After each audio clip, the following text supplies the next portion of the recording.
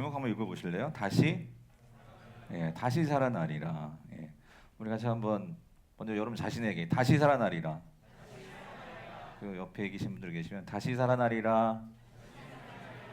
정말 여러분 오늘 제가 그런 마음으로 올라왔어요. 정말 하나님께서 우리를 다시 살려주시는 은혜, 다시 회복시켜 주시는 은혜가 있었으면 좋겠다. 그래서 오늘 이 말씀 붙들고 또 여러분들 기도하실 때 그런 역사들을 볼 수 있게 되기를 바랍니다. 그래서 이미 우리가 이 37장 우리가 이제 다 봤죠. 여러분 다 읽으셨을 텐데, 그러니까 우리가 에스겔서에서 참 유명한 몇몇 장이 있어요. 장들이. 근데 그 유명한 장들 가운데 하나가 이 에스겔 37장이 아닐까, 그런 생각을 해봅니다. 그래서 이걸 설교할까, 사실은 앞장 36장도 너무나 좋고, 또 앞으로 여러 군데가 있긴 한데, 그래도 이번 주에 우리가 또 이 본문을 읽었으니까 새벽 시간에 다 전하지 못한 거 아쉬워서 조금 더 이 시간 좀 더 자세히 좀 살펴보고자 오늘 다시 한번 봅니다. 그래서 사건 내용은 그렇죠. 이제 환상 가운데 하나님께서 뭘 보여주셨냐면 완전히 깡마른 메마른 이 뼈다귀들이 아주 가득한 골짜기로 하나님께서 이 에스겔을 인도해 가셨잖아요, 그죠? 그런데 그 뼈들이 가득한 그곳에서 놀라운 장면을 봤는데 뭐냐면 그 뼈들이 다 어떻게 되었어요? 이게 다 살아난 거예요, 그죠? 그러니까 이거를 만약에 우리가 그 현장을 우리가 보았다면 처음에는 되게 무서웠을 것 같아요, 저는 여러분.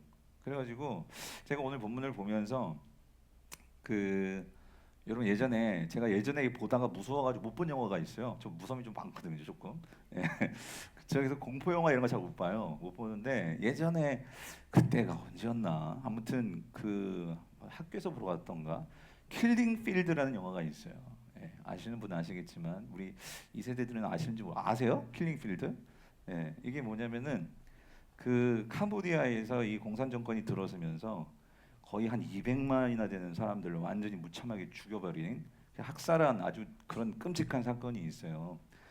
그런데 그 너무 많은 그 이 사상자가를 냈고 이걸 어떻게 시체를 처리할 수 없으니까 그냥 그 필드 그냥 평야 그냥 그 땅에 그냥 그걸 놔둬버린 거예요. 그래가지고 그 사진 한번 그 두 번째 페이지에 사진이 있거든요. 한번 보여주실래요? 제가 자막 새로 드렸는데 없어요? 새로운 거 드렸는데 아무튼 사진이 있는데 뭐 너무 끔찍하니까 아유 그랬나 보다. 어쨌든 너무나 충격적인 하여튼 그 장면이 막 진짜 실제로 근데 그 킬링 필드는 어떤 한 부분에 이러한 뭐 뼈다귀들이 막 해골들이 가득한 것이지만 아무튼 오늘 본문에서도 자 우리 1절 2절을 같이 한번 볼게요. 그러면요 1절 2절을 같이 읽어보면 같이 읽겠습니다. 시작. 여호와께서 권능으로 내게 임재하시고 그의 영으로 나를 데리고 가서 골짜기 가운데 두셨는데 거기 뼈가 가득하더라. 나를 그 뼈 사방으로 지나가게 하시기로 본즉 그 골짜기 지면에 뼈가 심이 많고 아주 말랐더라요. 그래서 제가 이걸 여러분들이 이제 본문을 읽었지만 이게 상상이 될까 싶어가지고 이제 그게 생각나서 이제 사진을 준비했던 건데요. 그것만 봐도 막 밤에 그 장면만 생각해도 막 끔찍할 것 같아요. 막 해골과 뼈다귀가 막 지천에 깔려 있는 게 킬링필드 현장인데, 근데 에스겔이요. 하나님께서 성령의 인도하심으로 어떤 골짜기로 이 에스겔을 데리고 가는데, 그러니까 지금 여러분 만약에 앉아 있는 이 여기 말이에요. 이 공간 안에만 또막 뼈다귀 해골들이 막 가득하다고 생각해 보세요. 이게 얼마나 끔찍하겠냐 말이죠. 그런 상황에서 2절에서 하나님께서요 좀 이상한 일을 시키시는 거예요. 뭐라고 말씀하시냐면 그 뼈 사방으로 자 뭐 하래요?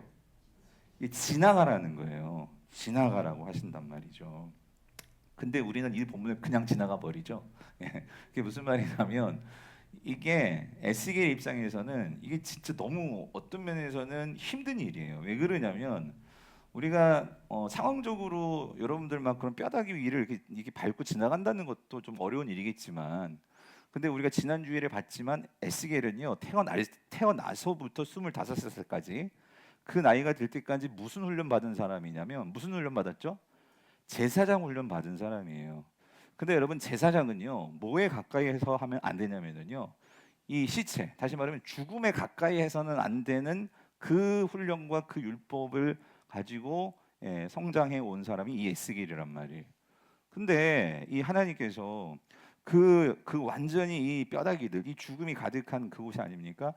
그곳을 지나가라는 것은 어떤 의미에서는 이 에스겔은 우리가 이번 주일에 살펴보겠지만 이 제사장 되는 것을 완전히 포기하게 만드는 그런 일일 수도 있다 그 소리예요. 그래서 여러분 레위기를 보면은요 21장 11절에 같이 한번 읽어볼게요. 시작. 어떤 시체든지 가까이 하지 말지니 그의 부모로 말미암아서도 더러워지게 하지 말며요. 그러니까 심지어 부모 시체도 가까이 하지 말게 하는 게 이게 제사장들이거든요. 제사장. 근데 이게 지금 하나님께서 갑자기 나를 이렇게 정말 참혹한 이 뼈다귀들이 많은 곳에 갖다 놓은 것도 이상한데 하나님께서 이 제사장이신 분인 이 에스겔에게 그곳을 지나가라 한다? 이건 진짜 이상한 일이죠. 이상하고도 또 내가 이거 가도 되나? 가면 되나? 뭐 이런 생각이 들 거란 말이죠. 근데 여러분 결국 에스겔이 하나님 말씀에 순종해서 지나갑니다. 지나가는데 성도님들 왜 하나님은 여기에서 에스겔을 이러한 그 뼈다귀들이 가득한 곳으로 인도하셨고 성령께서 그리고 왜 하나님은 여기 이 뼈다귀 위를 또 그냥 지나가게 하시는 걸까요? 왜 그러시는 걸까요? 왜 그러시는 것 같아요? 그러니까 여러분 우리 인생에서요 이거 기억하세요. 하나님께서요 내가 아무리 생각해봐도 이 일은 아닌 것 같고 이건 아무리 생각해봐도 어떤 면에서는 도저히 이게 납득도 안 되고 상황적으로도 이건 있을 수도 없는 일이고 그런데 그런 곳에 나를 보낼 때도 있고요. 내가 어떤 상황을 만날 때도 있고요. 그럴 때가 있어요. 그런데 여러분 그때 꼭 기억하십시오. 뭐냐면 그때 하나님은요 분명히 저와 여러분들에게 내가 하나님 백성이라면 그러니까 하나님은 우리가 알지 못하는 분명한 하나님의 생각과 뜻이 있다는 거 여러분 꼭 기억하시길 바랍니다. 아멘이십니까? 하나님께서 왜 이 에스겔을 그 뼈다귀 골짜기에 갖다 놓으신 걸까? 여기부터 하나님께서 뭔가가 그 의도가 있으셨겠죠. 그리고 거기에다가 이 제사장은요 그것을 지나가면 안 돼요. 근데 하나님께서 어떤 면에서는 당신의 율법과는 배치되는 그런 행동을 하게 하신단 말이에요. 그럼 왜 그러는 걸까? 근데 그것을 알 수 있는 힌트가 오늘 2절 속에 있어요. 2절 속에 보면 그 다음에 이렇게 나오죠. 그 뼈 사방으로 지나가게 하시기로 자 내가 뭐 한즉 여러분 거기 동그라미 치셔야 돼요. 뭐냐면 본직이에요. 본직.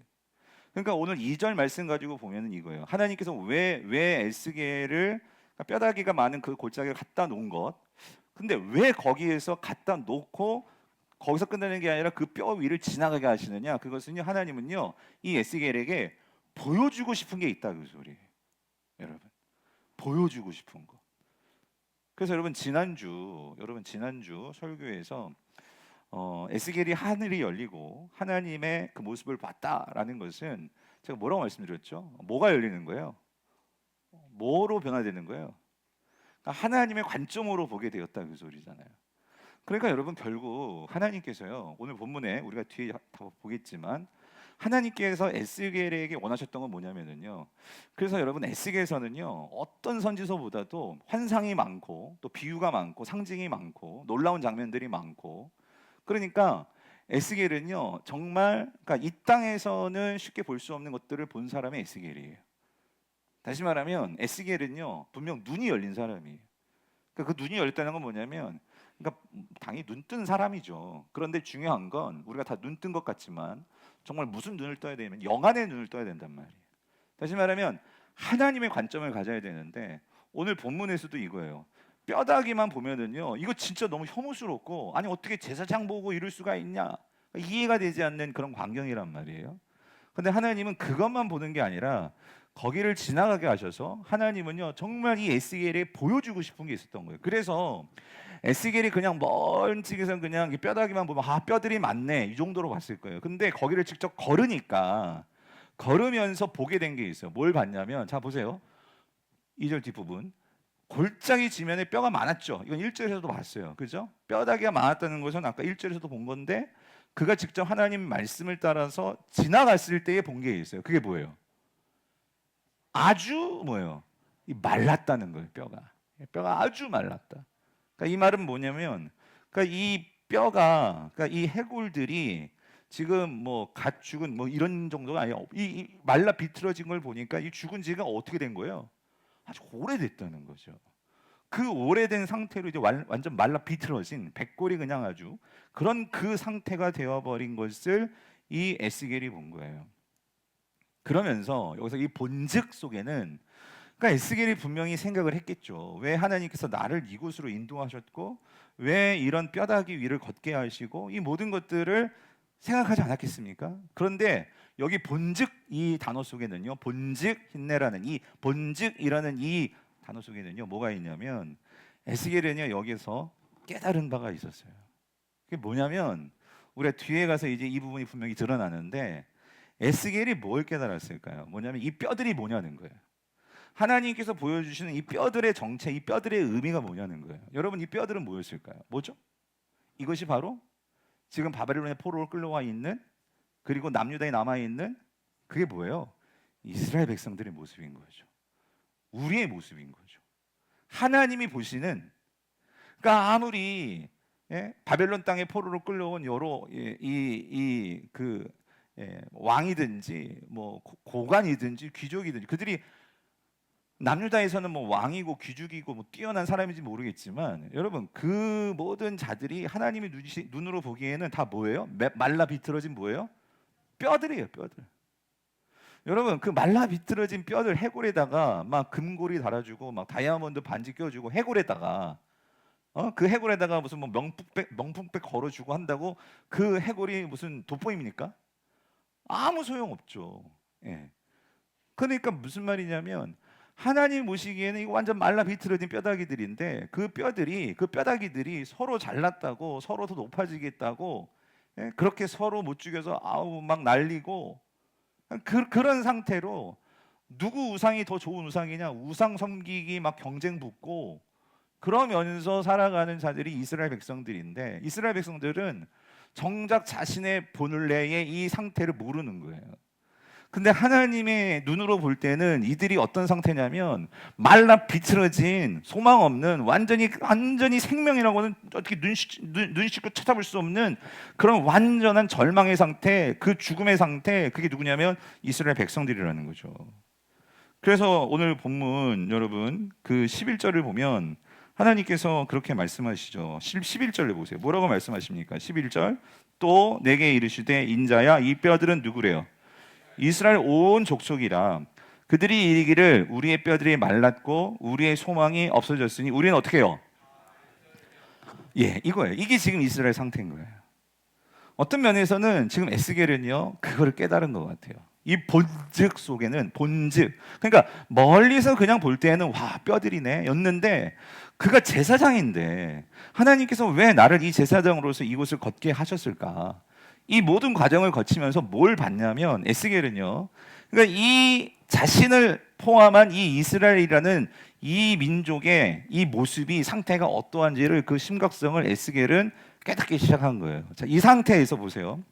하나님께서 이런 질문을 하세요. 3절을 보니까 하나님께서 묻죠. 그가 이르시되 인자야 이 뼈들이 능히 어떻게 해요? 살 수 있겠느냐라고 말씀하시는 거예요. 여러분 살 수 있겠습니까? 사람의 시선으로 만약에 그냥 눈에 보이는 거로 본다면 여러분 이게 살 수 있겠어요? 살 수 있어요? 여러분 우리가 구약에서요 엘리야나 엘리사나 이런 그 선지자들이 죽은 사람들을 살려내죠. 그런데 그 죽은 자들을 살려낼 때는 이런 뼈다귀들이 아니었죠. 예. 그래도 아직 온기가 조금 남아 있는 살도 붙어 있고 그런 자들을 엘리야와 엘리사가 살려냈죠. 그런데 지금 상황은요 하나님께서 물론 그 죽었던 뭐 수넴 여인 아들이든지 하여튼 그들도 결국 하나님이 살리신 거지만 선지자들을 통해서. 근데 그때와 이때가 다른 거는요. 지금 이건 살려도 지금 살도 안 붙어 있고, 그죠? 뼈다귀만 있어요. 예. 여러분 솔직히 뼈다귀를 놓고 보면은 이게 결국 죽어서는 다 똑같은 해골이고 똑같은 뼈다귀들이지 뭔 차이가 있습니까? 근데 누구 뼈가 누구 뼈인지도 모를 것 같아요. 예. 그런 상황이 이 뼈다귀들인데 과연 하나님께서 이걸 어떻게 살린단 말이지? 뭐 인간의 시선으로는 인간의 이성으로는 인간의 어떤 생각으로는 그렇게밖에 생각이 안 될 것 같아요. 자, 근데 중요한 건 하나님께서 그 뼈들 위로 걷게 하시고 그리고 그 뼈들을 보게 하시고 그리고 에스겔에게 선지자로서 하나님께 그에게 묻습니다. 살 수 있겠냐? 자, 여러분 뭐라고 대답하시겠어요?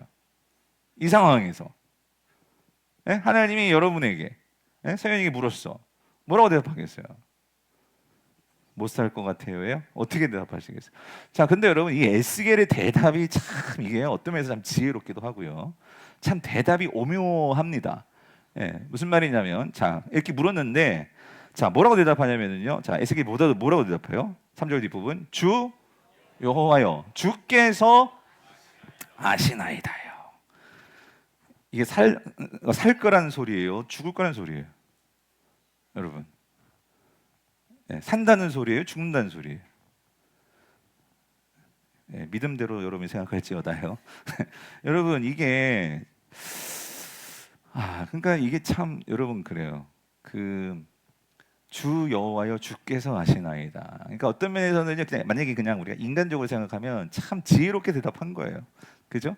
그러니까 뭐냐면 지혜롭게 뭔가 아주 어려운 질문을요, 지혜롭게 지금 피해 가는 거예요. 그 답을. 그죠? 예, 그런데 여러분 여기서 중요한 건 이거예요. 아까도 말씀드렸죠. 이 모든 답을 푸는 이 의미가 뭘까? 여러분 이 에스겔의 이 답에는요.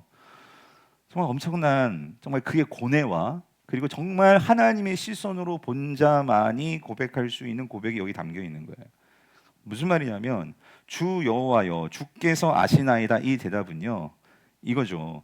이것은 결론부터 말씀드리면 에스겔은 철저히 이 메마른 뼈가 뭘 의미한지를 정말 알고 그 뼈가 바로 이스라엘이고 곧 나임을 알고 하나님 앞에서 나 자신의 무능을 철저하게 고백하면서 하나님은 전적으로 신뢰하면서 하나님의 뜻을 의지하는 이것은 신앙의 고백이고 이것은 겸손의 표현이라는 거예요. 무슨 말이냐면 우리는요 이런 상황에서요 이럴 수 있죠. 이 뼈들이 살겠냐? 그때 예 하나님 분명히 삽니다. 하나님의 능력이시지 않습니까? 만약에 우리가 믿음이 있다면 뭐 이렇게 대답할 것 같이 생각하시는 분이 있을지도 모르겠어요. 그렇잖아요. 하나님은 죽은 자도 살리시고 하나님은 천지도 창조하시고 못할 것이 없으신 분이시잖아요. 근데 당연히 하나님께서 이 뼈들이 살겠냐라고 말하면 우리는 믿음으로 예 주님 하실 수 있습니다. 우리는 이렇게 대답해야 될 것 같잖아요. 근데 선지자는 그렇게 대답하지 않았다 그 소리예요. 이 에스겔은요 1장에서 놀라운 하나님의 환상도 봤어요. 그런데 에스겔은요 지금 그렇게 대답하고 있지 않다는 거예요. 그러면 하나님 할 수 없어요. 어떻게 이 메마른 뼈 완전히 말라 비틀어졌는데 이걸 어떻게 하나님 살리십니까? 그렇게 말하는 걸까요? 그건 더더욱 아니겠죠. 예. 그렇다면 여기에서 이 에스겔이 이렇게 말하는 주 여호와여 주께서 아시나이다 이 말의 의미가 뭐냐는 거예요.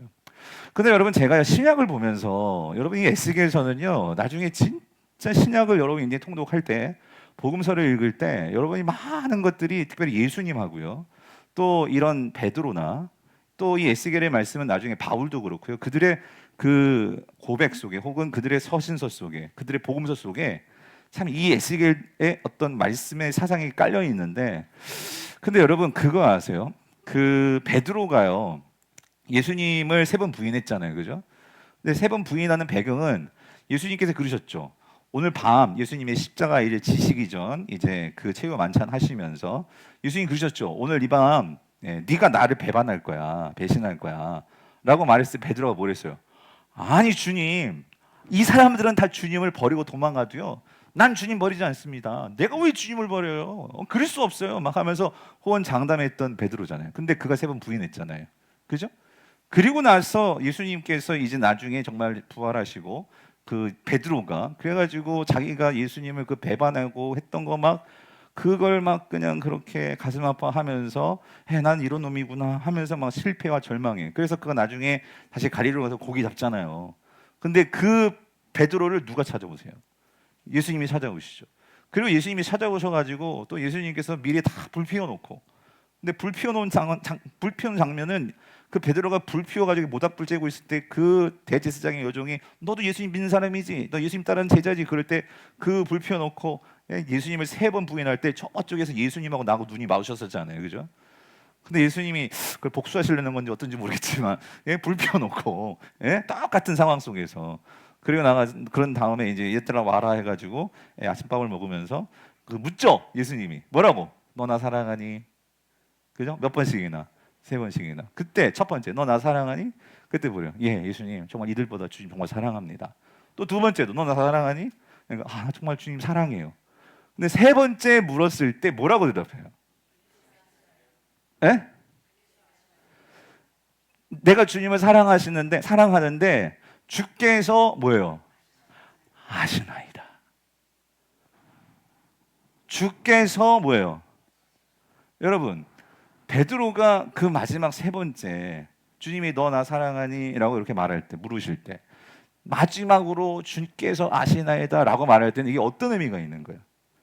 맨 처음에 그 십자가에 달리시기 전 예수님께서 너 나 부인할 거야 라고 말할 때 아유 무슨 소리예요 주님, 내가 믿음이 얼마나 센데 믿음이 얼마나 큰데 내가 주님을 왜 버립니까? 막 하면서 믿습니다, 나 주님 믿습니다, 그렇게 호언장담했던 베드로인데 그렇게 인생에 실패하고 정말 예수님 앞에서 주님이 다시 찾아오셔가지고 너 나 사랑하니? 라고 할 때 베드로가 정말 주님 사랑합니다 라고 세 번 말할 때 그는 정말 진심을 고백한 거예요.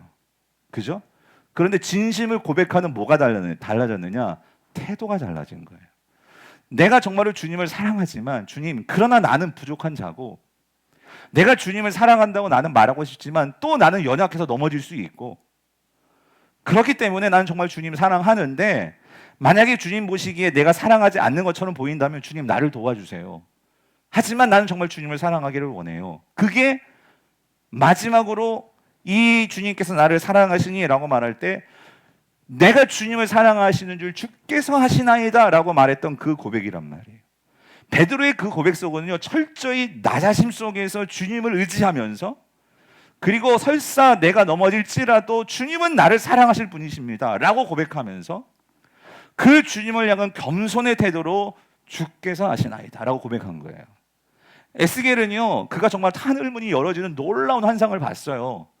그거를 봤기 때문에 주님, 나는 정말 내 믿음, 정말 내 믿음은요 정말 큽니다. 난 주님이 당연히 살리실 수 있는 줄 믿습니다 라고 말하면서 그런 태도로 나가는 게 아니고요. 여러분 이거예요.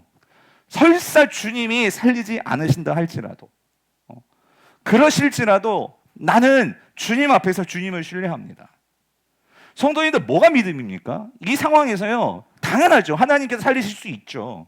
우리가 그것을 믿는 것이 그것만이 믿음이 아니고 오늘 이 에스겔은요 지금 우리가 어떤 상태냐면 완전히 말라 비틀어진 이 메마른 뼈들과 같은 것이 바로 나였고 그리고 이 이스라엘 백성들은 우리의 상태란 말이에요. 근데 왜 이렇게 된 거예요? 사실 이 에스겔도 지난주에 설교했죠. 25살에 이스라엘에 있었으면 제사장 되는 나이였어요. 그런데 그 25살에 끌려와가지고 30세 이제 정말 라이센스를 받고 제사장 그 삐까뻔쩍한 옷을 입고 그 성전에서 많은 사람들의 막 시선을 받고 존경을 받고 막 추앙을 받으면서 그렇게 제사장으로서 일할 수 있는 나이에 그는 지금 그 급여강가에 와가지고 뭐 파고 있다고요? 땅 파고 있는 거예요. 그러면서 얼마나 그가 하나님에 대해서 원망하고 어떻게 하나님 이럴 수 있습니까? 내 인생을 어떻게 이렇게 만들 수 있습니까? 나는 정말 그 이스라엘에서 하나님 말씀 붙들고 그렇게 애쓰고 노력하고 공부하고 제사장 내려고 하나님 섬기려고 그렇게 했는데 어떻게 하나님 나를 이룰 수 있습니까? 그렇게 하나님에 대해서 원망하고 하나님을 신뢰하지 못했던 게 자신이었거든요. 그런데 하나님께서 이 마른 뼈다귀를 지나가도록 하시는 이 하나님을 보면서 그는 그 뼈다귀를 지나가면서요 뭘 봤을까? 이건 뭘 봤을까요? 하나님께서 뭘 보기를 원하셨기에 이 죽음이 가득한 이 뼈다귀를 걷게 하시는 걸까? 성도님들 인생은요 내가 본 만큼 성장하고요 본 만큼 변화하고요 본 만큼 내가 바뀔 수가 있어요. 우리의 눈이 하나님의 시선을 가지고 나를 보면은요 나에 대한 모든 것들 새로운 것들을 볼 수 있지만 결국 우리의 눈이 이 세상에 머무르면은요 그 내가 메마른 뼈다귀인데도 그 뼈다귀들끼리 거기에 뭔가를 아니 여러분 그 뼈다귀들이 거기에 무슨 좋은 옷을 입는다 그게 무슨 소망이 있겠냐고요. 에스겔은 그거를 깨달은 거예요. 그래서 주님, 나는 당연히 주님이 살려줄 수 있는 걸 믿어요. 하지만 설사 주님이 살리시지 않는다 할지라도 그럴지라도 나는 주님을 신뢰합니다. 이게 뭐예요? 주 여호와여 주께서 하시나이다. 여러분 이게 믿음이라는 소리입니다. 이 믿음을 가지고 주님께 나아가야 돼요. 주님은 거기서 그래 됐다. 그래서 주님께서 뭐라고 말씀하시냐면 그러한 에스겔의 그러한 마음을 아시고 에스겔에게 놀라운 모습을 보여주는 거예요. 뭐냐면 여러분 기억하십시오. 하나님의 마음을 알아야 하나님께서 그 하나님의 진심을 보여주시죠. 놀라움을 보여주시죠. 오늘 하나님께서요 정말 이 소망 없는 곳에서 그냥 그렇게 주저앉을 수밖에 없는, 에스겔이 아니라 정말 누구 에스겔 할아버지가 와도요 이 상황에서는요 소망을 볼 수 있는 자리가 아니에요. 마른 뼈들이 가득한 이곳에서 무슨 소망이 보이냐고요. 그런데 그 하나님을 정말로 신뢰하니까, 그리고 설사 하나님께서 그렇게 하지 아니하실지라도 내가 그 하나님을 신뢰한다는 믿음을 가지고 나아가니까 하나님은요 그래 됐다, 너에게는 정말 이걸 보여줄게 하면서요 이 뼈다귀들이 살아나는 이 놀라운 모습을 에스겔에게 보여주는 거예요. 그게 오늘 본문이에요. 그래서 오늘 본문 보니까 하나님께서 이걸 살리시는데 어떻게 살리십니까? 여러분 4절 5절 같이 읽어볼게요. 4절 5절 같이 읽어보겠습니다. 시작. 또 내게 이르시되 너는 이 모든 뼈에게 대언하여 이르기를 너희 마른 뼈들아 여호와의 말씀을 들을지어다. 5절. 주 여호와께서 이 뼈들에게 이같이 말씀하시기를 내가 생기를 너희에게 들어가게 하리니 너희가. 그러니까 여러분 하나님에 대한 이 신뢰가 없는데 지금 이 뼈다귀들이 그냥, 여러분 무슨 정육점 같은 데 가가지고 막 그 정육점 뼈다귀들이 막 이게 쌓여 있는 데 있잖아요. 우리 교육자들 뼈다귀 해장국 잘 먹는데, 예? 뼈다귀 해장국 나면 뼈다귀가 쌓여 있는데 이 뼈들아 살아나게 뼈들에게 태어나라. 하나님께서 지금 그러고 계시는데, 이게 진짜 하나님이 누구신지 정말 모른다면 그 뼈다귀들 앞에 가서 막 설교할 때 그럼 세상 사람들이 보고, 만약에 내 자신이 날 보더라도 어떤 놈 같으세요? 죄송합니다, 미친놈 아니에요 여러분? 예? 그러니까 근데 하나님이 뭐라고 말씀하시냐면 그 뼈들에게 뭐 하래요? 대언하라, 그 소리예요. 근데 여기서 중요한 건 이거, 대언이라는 것은 영어에도 프로페시라 나와 있는 이 프로페, 선지자들이 하는 건 뭐냐면은요, 그러니까 프로페시 뭐냐면 이거 뭐 내가 내 말 하는 게 아니죠. 하나님이 주신 말씀을 나는 뭐 하는 거예요? 선포하는 거예요. 선포하는 거예요. 여러분 중요한 것은요 이겁니다.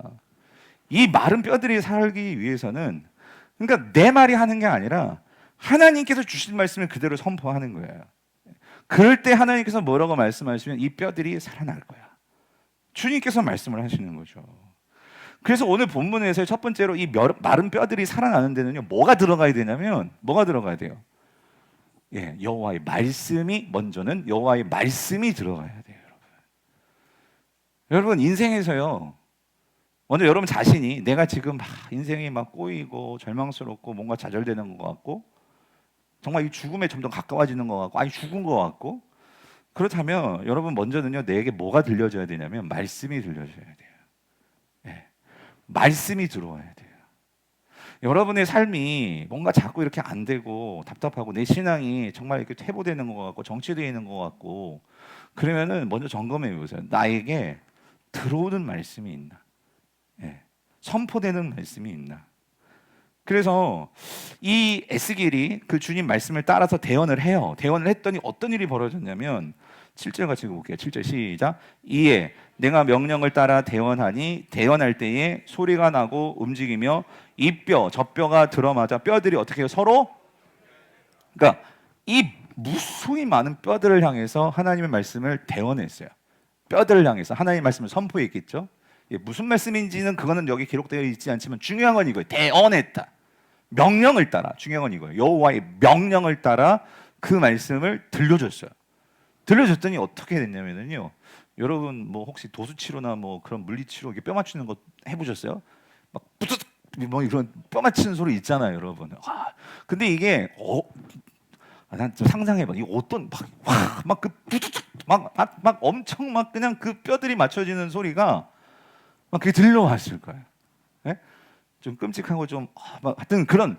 근데 중요해. 이 뼈 저 뼈가 어떻게 됐대요? 들어맞는 거예요. 들어맞는 거예요. 그래서 여러분 제가 여기서 참 많이 좀 목사로서 좀 위로받는 게 뭐냐면요, 이런 게 있어요. 여러분 때로는 교회에서 말씀이 선포될 때요 이런저런, 그러니까 뼈가 맞춰지는 소리면 듣기 싫은 소리거든요. 그러니까 무슨 소리냐면 여러분 때로는요 교회에서는요 여러 소리가 막 들려 나올 수가 있어요. 네? 무슨 말인지 이해되십니까? 그런데 오히려 그런 것들이요 이거예요. 하나님 말씀이 제대로 들어가면은요, 그러니까 여러분 그 말씀이요 서로 맞춰질 때는요, 그러니까 때로는 이게 소란한 소리들이 날 수가 있어요. 근데 중요한 건 이겁니다. 그러니까 어떤 면에서 소리가 난다는 건 뭔가 일이 일어나고 있는 거죠. 그렇죠? 그래서 하나님의 말씀, 하나님의 소리가 제대로 들어가면 여러분 거기에서요, 때로는 사단이 그거를 가만 놔두지 않아요. 그렇죠? 우리 삶 속에서요, 사단이 하나님의 말씀이 선포되고 들릴 때는요, 제일 싫어하는 것은 사단이겠죠. 그런 면에서 이 죽음이 가득한 곳에서요, 이 죽음을 가지고 우리들을 사로잡고 우리들에게 공격해 오는 것은 사단이거든요. 그러니까 그런 면에서 막 이 뼈들이 맞춰지고 하는 이런 소리들이요, 때로는 끔찍한 소리 있고 때로는 그것이 듣기 싫은 소리일 수 있고 그럴 수도 있어요. 그런데 중요한 건 이겁니다. 하나님 말씀이 들어갈 때 결국 그 말씀이 정확히 들어가면은 그 말씀들은요, 우리를 결국 올바르게 맞춤에 있어서 소리들이 나게 된다, 그 소리입니다. 그 과정이 있을 때, 그래서 여러분 도수치료가 땅에 아니라 뼈 맞추는 소리잖아요. 부두둑 부두둑, 이게 뼈를 맞춤에 있어서는 소리가 날 수밖에 없어요. 그런 면에서 오늘 여러분, 우리의 입장에서요, 그렇게 뼈들이 맞춰지기 위해서는요, 우리가 정말 기억해야 될 게 뭐냐면, 여러분의 삶에 뭔가 이렇게 막 혼돈되어 있고 정돈되어 있지 않고 내 삶에, 내 마음에 심리적으로나 정서적으로나 불안하고 그럴 때 우리가 뭐를 해야 되냐면, 그게 맞춰지려면 여러분 하나님의 말씀을 선포하셔야 돼요. 목사로서 가장 행복한 게 뭐냐면요, 말씀을 선포할 수 있다는 거예요. 여러분에게도 선포하지만 이 시간 나에게도 선포하는 시간이거든요. 여러분, 하나님의 말씀은요, 본래 이거는 읽으라고 준 말씀이 아니고요, 들으라고 준 말씀이었고요, 그리고 그 말씀을 읽어주는 사람이 선포하는 말씀이었어요. 그런 면에서 여러분, 성경은요, 이거를 잊지 마세요. 이 성경이 기록될 때도요, 이 기록하는 저자들은요, 뭘 염두에 두고 이 성경을 기록했냐면요, 독자가 그것을 들을 것을 생각하면서 이 성경을 기록을 했어요. 그렇기 때문에 성경은요, 반복이 많습니다. 했던 말 또 하고 했던 말 또 하고, 그런 표현들이 반복해서 나오는 게 뭐냐면, 그러니까 이 독자들은, 지금은 우리가 다 인쇄술이 있고 돈이 많으니까 이렇게 성경책 하나씩 다 갖고 있지만, 여러분 옛날 고대에는요, 이 성경책, 그러니까 책이라는 것은요, 이건 집 한 책 값이, 여러분 루터 그 당시에도 인쇄술이 발달하기 이전에는 이런 성경책, 이런 책은요, 집 한 책 값이란 말이에요. 그런데 우리는 지금 이 성경을 다 갖고 있는데, 그러니까 집이 한 채 값이니 이걸 어떻게 이걸 구입을 해요? 그럴 수가 없죠. 그러니까 사람들은 다 뭐 했어요? 누군가가 읽어주면. 그래서 교회에 온 거예요. 회당에 온 거죠. 그래서 회당에서 성경을 누가 읽어주면 그걸 듣고, 그리고 그 말씀을 사모하는 자들은 어떻게 했을까요? 그 들은 말씀을 어떻게 했을까요? 암송을 하는 거예요. 그 당시 또 글을 모르니까 그걸 계속해서 들은 말씀들을 계속 내가 입으로 반복하면서, 그래서 성경에서도 그런 말 나오잖아요. 이 말씀을 어디에 새긴대요? 네 마음에 새길지어다. 그게 뭐냐면, 그렇게 말씀들을 심령 가운데 새기는 자들이 결국은 어떻게 돼? 내 삶이 맞춰지면서 거기에서 놀라운 생명의 역사들이 일어난다, 그 소리예요. 근데 여러분, 이 원리는요, 오늘 저와 여러분들에게도 동일하게 선포되고 동일하게 적용될 수 있는 부분이에요. 그래서 여러분, 시편에서도 보면 시편 42편 5절을 보면은요, 절망 가운데 있는 이 시인이, 자, 같이 한번 읽어볼게요. 시작. 누구에게 말을 해요? 너예요? 내 영혼아, 네가 어찌하며 낙심하며 어찌하여 내 속에서 불안해하는가? 너는 하나님께 소망을 두라. 그가 나타나 도우심으로 말미암아 내가 여전히 찬송하리라. 이거 누가 누구한테 하는 말이에요? 내가 나한테 선포하는 거예요. 여러분, 이제 2학기 제자훈련이 시작이 되는데, 우리 제자훈련 풍삼기, 풍성한 삶으로의 기초에서요, 첫 번째로 3주 동안 계속하는 게 뭔지 아세요? 거울 보고 자기한테 선포하는 연습을 해요. 너는 정말 하나님께서 선택한 자고, 너는 하나님 안에서 정말 놀라운 축복받았고, 너는 하나님이 주신 놀라운 또 우리의 가족, 영적인 가족이 있고, 이걸 계속 선포하게 해요. 근데 여러분, 그걸 정말 제대로 순종하고 따라가는 사람들, 여러분 거기서 놀라운 변화가 있다는 걸 여러분 아시기를 바라요. 무슨 말이냐면, 여러분, 우리 청년들 기억하세요. 세상은요, 무의식적으로 TV 방송에서요, 너라는 존재를요, 우리를요 세뇌시키는데, 우리 자신을요 어떻게, 너라는 존재를요 세상이 말해주는 것은 나를 껴 맞추게 그렇게끔 우리를 인도하고 그렇게 만들어가요. 끊임없이 우리를 그렇게 우리에게 선포해요. 그런데 여러분, 우리가요, 거기에 우리가 놀아나지 않으려면 말씀을 자기 자신에게 선포하셔야 돼요. 그래서 여러분, 내가 지금 병에 사로잡혀 있어요? 내가 어떤 문제에 사로잡혀 있어요? 그럴 때 의식적으로 여러분이 선포하시라고요. 하나님께서 이 천지를 만드실 때도 뭐로 만드셨어요? 말씀으로 선포하셔서 말씀하셨어요. 그래서 창조하셨어요. 그렇기 때문에 여러분, 우리의 말은요 권세가 있다는 게, 여러분들이 정말 하나님 내 인생이 쓰임 받고 싶습니다. 그럼 여러분 잘 여러분의 말을 분석해 보세요. 내가 사람들을 축복해 주는 말을 하나, 아니면 사람들을 깎아내리고 사람들에 대해서 비난하고 사람들에 대해서 여러분 어떤 말을 많이 하나. 여러분들이 그것들을 보시면서요, 내가 정말 하나님의 입술로 쓰임 받고 싶다. 그러면 말씀을 그거를 자꾸 읽으시고. 그래서 여러분, 내가 힘들 때 시편을 이렇게 읽으라고 하는 이유는요, 여러분 시편 자체가요 선포고요, 찬양이고요, 기도이고요. 그래서 여러분들이요 그냥 이렇게 흘려 보내지 마시고 한번 해보시라고요. 선포하시라고요. 그렇게 오늘 이 선포가 있었어요. 자, 그래서 8절 보세요. 그렇게 선포를 했더니 어떤 일이 벌어져요? 놀라운 일이 벌어지는 거예요. 내가 또 보니 그 뼈에 어떻게 해요? 힘줄이 생기고, 또 어떻게 돼요? 살이 오르고, 또 어떻게 해요? 가죽이 덮이는 거예요. 진짜 사람의 모습을 갖춰지는 거죠. 그러니까 이거는 우리가 상상할 수 없는 일인데, 하나님의 말씀을 믿음으로 반응하고 하나님이 누군지를 알고 그대로 그것을 대언하는 자들은요, 말의 권세가 나타난다, 그 소리입니다. 그 뼈다귀에 힘줄이 덮이고 그 살이 덮이고 그 사람 모양으로 만들어지는 거예요. 근데 여러분, 우리가 이거 창세기에서 봤지 않았어요? 하나님께서 아담은요 직접 흙으로 빚었고, 하와 같은 경우에는 그 뼈다귀였어요. 뼈다귀를 가지고, 아담의 갈비뼈를 가지고 뭘 만드셨어요? 사람을 만드셨잖아요.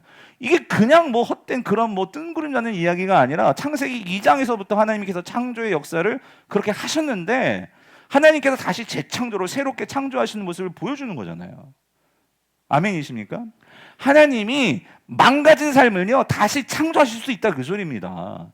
인간으로 볼 때 망가져가지고 어떻게 이 내 아들, 내 딸, 내 직업, 내 일, 내 이 모든 것, 이 교회 어떻게 이걸 다시 살리실 수 있을까? 그러니까 여러분, 내가 대언해서가 아니라, 내 말을 대언하고 내 생각을 대언하는 게 아니라, 오늘 하나님을 만나서 하나님 어떤 분이신지를 알아서 그 하나님의 말씀으로 내가 선포할 때 그 선포된 말씀이 선포된 말씀대로 되는 줄을 믿으시기를 바랍니다. 그런데 한 가지, 그렇게 모양은 갖춰졌지만, 그런데 여러분 이게 없었어요. 뭐가 없었어요? 생명은 없었어요. 생기는 없는 거예요. 네. 그래서 여러분, 우리 인생에서요 참 이게 불쌍한 거예요. 뭐냐면, 우리는요 어떤 면에서 모양은 막 갖추려고 해. 어떤 막 자격을 얻고. 그러니까 여러분, 제가 그래도 장로님은 아시지만 제가 이 시찰장이거든요. 이 도봉 시찰, 이번에 시찰. 그러니까 이게 저희가 이제 목사님들도 나이가 많으셔가지고 순서가 돼가지고, 제가 이제 그래서 이 시찰장이 되니까 뭐 막 해야 될 뭐 신경 써야 할 일도 많고 하긴 한데요. 여러 다른 교회들의 상황들을 또 돌봐야 되니까. 근데 한 가지 저에게 주는 이게 부담이면서도 유익이 뭐냐면, 유익인가? 그런지 모르겠어요. 근데 그러니까 여러 교회들의 상황들을 듣는 거예요. 근데 눈으로 볼 때는 너무 부러운 교회예요. 교회도 크고, 교회도 너무 좋고, 막 진짜 어떤 면에서 와, 저런 교회 담임 목사님은 어떨까? 막 이런 생각이 들 정도로. 그런데 그런 교회들이 문제가 있더라는 거예요. 좋아 보이는 교회인데.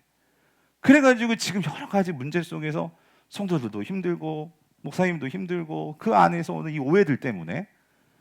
제가 뭘 느끼냐면, 여러분 이거예요. 그러니까 우리는요 막 모양은 잘 막 갖추려고 해요. 예? 그러니까 뭐 집도 잘 짓고, 뭐 옷도 잘 입고, 뭐 사람들이 보기에는 그것만 보이죠. 그러니까 막 다 좋은 것 같죠. 막 잘 사는 것 같죠. 아무 근심 걱정 없는 것 같죠. 모양은 막 사람 모양 됐어요. 근데 거기에 뭐가 없어? 생명은 없더라, 그 소리. 생명은 없더라. 그 무슨 소용이 있냐, 그 소리. 생명이 없는데.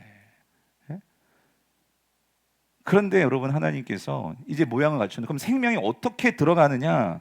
그래서 그 다음 작업을 이 에스겔에게 시키시잖아요. 그게 뭐냐면, 그래서 하나님께서 뭐라고 말씀하십니까? 9절 같이 읽어볼게요. 시작. 또 내게 이르시되, 인자야 너는 생기를 향하여 대언하라. 생기에게 대언하여 이르기를, 주 여호와께서 이같이 말씀하시기를, 생기야 사방에서부터 와서 이 죽음을 당한 자에게 불어서 살아나게 하라 하셨다 하라요. 아멘. 결국 여러분 이거예요. 모양은 갖췄는데 이 모양 속에 뭐가 들어가야 되냐면, 뭐가 들어가야 돼? 생기가 들어가야 돼요. 시간 관계상 결론부터 이 생기가 뭐예요? 성령이죠. 성령이 들어가야 되는 거예요. 성령이 들어와야지만, 여러분, 성령은 생명이 열리고 살리는 영이고, 생명은요 능력을 주시는 그 영이 성령이에요. 아멘이십니까? 여러분, 교회를 살리는 것은요 결국 사람의 말도 아니고요. 사람들의 어떤 그 열심도 아니고요. 여러분 이거요. 아무리 사람들이 열심히 해도요. 제가 보니까 그렇더라고요. 그런 교회들의 문제는 뭐냐면 사람들의 열심은 대단해요. 그런데 그 사람의 열심은 있지만 그 열심이 성령이 주시는 생기의 영으로 되어지는 그 일이 아니면은요. 거기는 반드시 깨어지고 문제가 생기고 어려움이 생기더라는 거예요. 우리가요 약해도 여러분 내가 몸이 약하고 가진 것이 없고 부족해 보여도 여러분 중요한 건 이거예요. 생기가요 들어와야 돼요. 그러니까 생기가 들어와서 오늘 하나님의 그 생기의 기운으로 우리가 일어설 때 여러분 거기에는요 생명의 역사가 일어난다는 소리예요. 아멘이십니까? 아까 교회에 일어나라 우리가 찬양을 했고요. 참 오늘 정말 너무 찬양 선곡도 좋았고 저는 특별히 이 찬양을 내가 왜 몰랐을까? 딴 게 아니라 우리는 움직이는 교회. 여러분 나중에 에스겔 1장을 저게 설교를 들으면 이 우리는 움직이는 교회의 그 의미가 뭘지를 여러분이 정말 그 찬양을 이제 알고 부르실 수 있을 거예요. 거기 그룹 가운데 임재하시는 하나님, 이 모든 게 에스겔 1장의 내용이에요. 하나님께서 결국 에스겔에게서 나타내 주고 싶은 뭐냐면 하나님은요 움직이시는 하나님이세요. 그러므로 교회도 건물만 지어놓고 아무 일 안 하고 가만히 있는 것은요 그거는 하나님이 바라시는 교회가 아니란 말이죠. 교회는요 어떻게 해야 돼요? 움직여야 돼요. 움직이려면 뭐가 있어야 돼요? 생기가 있어야 돼요. 생기가 있으려면 어떻게 해야 돼요?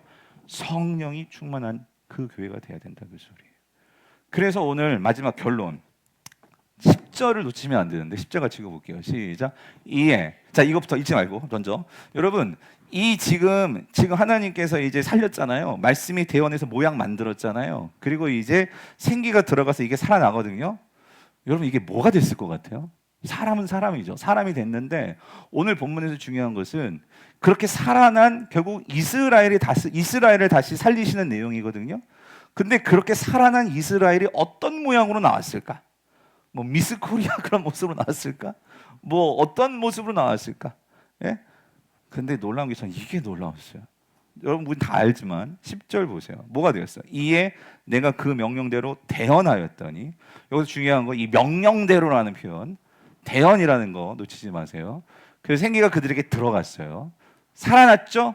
일어섰죠? 근데 뭐가 됐어요? 극히 큰 뭐예요? 군대. 여러분 군대의 정체성은 뭐예요? 뭐 하기 위한 사람들이 군대예요? 전쟁에서 싸워야 되는 거예요. 하나님께서 이 정말 소망 없는 이스라엘을 정말 하나님 배반하고 우상에 빠졌던 그래서 완전 영적으로 죽어버린 소망 없는 이들을 다시 살려놓으셨거든요. 근데 다시 살렸다는 것은 하나님께서 정말 그 살아난 자들에 대한 하나님의 꿈과 기대가 있는 거잖아요. 하나님께서 그들이 살리셔서 뭐 하기를 원하셨냐면 그들은요 군대가 되기를 원하셨어요. 즉 이 땅 가운데서 하나님의 나라를 위해서 하나님의 나라를 선포하고 하나님 나라를 쟁취하고 하나님 나라를 드러내고 하나님 나라를 위해서 하나님과 함께 그 명령대로 여기 나오죠. 명령대로 명령에 살고 명령대로 명령에 죽고 여러분 그게 뭐의 정체성이에요? 군인의 정체성이에요. 하나님께서 오늘 저와 여러분들을 이 땅 가운데 우리를 어떤 존재로 부르셨냐면 하나님은요 에스겔은요 우리에게 군대로 부르시는 거예요. 여러분 교회는요 이 땅에서 악과 악한 세력들과 싸워서 이겨야 하는 우리는 군대예요. 여러분 아멘이십니까?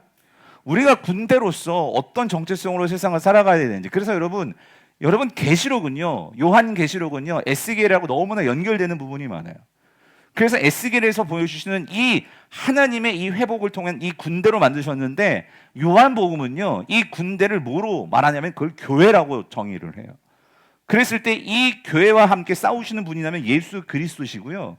그래서 이 예수 그리스도를 이 요한계시록에서는 이기는 자로 그렇게 말합니다. 그런데 그 이기는 자가 누가 또 이기는 자가 되기를 원하시냐면 누구예요? 오늘 저와 여러분들이에요. 그래서 여러분 요한계시록 오늘 이 말씀만 읽을게요. 17장 14절 같이 읽어볼게요. 시작. 그들이 어린 양과 더불어 싸우려니와 어린 양은 만주의 주시요 만왕의 왕이심으로 그들을 악한 자들이에요 이기실 터이요 또 그와 함께 있는 자들 곧 부르심을 받고 택하심을 받은 진실한 자들도 어떻게 해요? 이기리로다. 우리가 이기는 거예요. 근데 여러분 이거 오해하지 마세요. 군대고 이겨야 한다니까 우리는 힘과 폭력과 그런 권력과 세상으로 방법으로 이기는 게 아니에요. 우리는 어떤 모습을 이겨야 되느냐? 이게 아이러니예요. 어떤 모습으로? 어린 양 같이. 여러분 이게 참 이게 아이러니 아니에요? 어린 양이 세상을 이길 수 있겠어요? 그런데 예수님은요 어린 양으로서 이 땅을 이기셨다 그 소리예요. 그래서 오늘 우리가요 이 땅에서 승리하려면은요 세상의 방법으로는 죽었다 깨나도 이길 수가 없어요. 그래서 이 에스겔과 요한복음에서도 마찬가지예요. 우리가 이 세상을 이기려면 우리가 정말로 강한 군대가 돼야 되는데 오늘 강한 군대로 만드는 것 에스겔 37장에 보여주는 것은 두 가지였어요. 말씀과 뭐였어요? 성령이었어요. 말씀대로 오늘 그래서 우리가 항상 그 말씀을 듣고 그 말씀을 가지고 내 마음속에 새겨서 그 말씀대로 내가 살아가려고 애쓰는 자들이 교회예요. 말씀이 있어야 우리가 모양을 갖출 수가 있어요. 그런데 모양만 갖춰서는 안 되고요. 그 모양이 움직이려면 뭐가 필요해? 생기가 필요해요. 성령의 충만함이 있어야 된단 말이에요. 여러분 이 말씀과 성령으로 충만할 수 있는 자리가 어디입니까? 그게 예배예요, 예배. 그래서 예수님이 말씀하시는 거예요. 이것만 찾아봐. 요한복음 4장. 요한복음 4장만 찾아볼게요. 빨리. 요한복음 4장. 그래서 여러분 잘 아시는 말씀이지만 여러분 요한복음 3장에서는요 에스겔 36장에 나오는 내가 물로 너희를 정결케 하고 너희에게 새 마음과 새 영을 준다. 이게 어디서 나오냐면 요한복음 3장에서 나왔던 말씀이에요. 그게 뭐냐면은 하나님 나라는 물과 성령으로 난 자들만이 하나님 나라를 볼 수 있다. 이게 에스겔 36장과 연결되는 거고요. 오늘 이 에스겔 37장은 뭐와 연결되느냐? 여러분 이거예요. 그 사마리아 여인에게 주님께서 말씀하시죠. 이때도 우물가에서 물이라는 이미지를 두고 주님이 얘기하시는데 여기서 중요한 게 뭐냐면은요. 22절이에요. 22절 같이 읽어볼게요. 시작. 너희는 알지 못하는 것을 예배하고 우리는 아는 것을 예배하노니 이는 구원이 유대인에게서 나며 이건 예수님 자신을 말하는 거예요. 내가 진짜 구원의 방법을 내가 알려주기 위해서 너에게 온 거야. 그래서 23절 뭐라고 말하세요? 아버지께 참되게 예배하는 자들은 뭐와? 영과 진리로 예배할 때가 오나니 곧 이때라. 아버지께서는 자기에게 이렇게 예배하는 자들을 어떻게 해요? 성도님들 다시 묻습니다. 죽었던 이 메마른 뼈다귀들을 살렸던 게 두 가지가 뭐였어요? 말씀이 들어갔고 그리고 그들에게 뭐가 들어갔어요? 생기가 들어갔잖아요. 성령이 들어갔잖아요. 오늘 예수님 말씀하세요. 하나님께서 찾으시는 자들이 있어요. 그 찾으시는 자들이 진짜 예배한대요. 근데 예배하는 자들은 뭐로 예배한대요? 영과 진리로 예배한대요. 여기서 영이 뭐예요? 성령이에요. 진리가 뭐예요? 말씀이에요. 사랑하는 성도님들 말씀 진리 빼면 우리 예배 꽝이에요. 아무리 화려한 예배, 아무리 화려한 찬양이 있어도 영과 진리가 없으면 성도는 살아나갈 수가 없어요. 오늘 우리 예배 가운데 정말 말씀을 붙들고 그래서 여러분 우리는 움직이는 교회 그냥 가사만 보는 거하고요. 제가 말씀드렸잖아요. 에스겔에서 왜 움직이는 교회냐? 여러분 그냥 아멘 아멘 하는 거에 의미가 없어요. 그냥 설교자들이 믿습니까 할 때 무조건 아멘 아멘 그냥 구호처럼 하는 아멘 아무런 소용 없어요. 그게 무슨 의미인지를 알아야지. 그게 하나님이 어떤 말씀인지를 알아야지. 우리가 찬양을 부르는데 움직이는 교회래요. 왜 움직이는 교회예요? 하나님이 움직이신단 말이에요.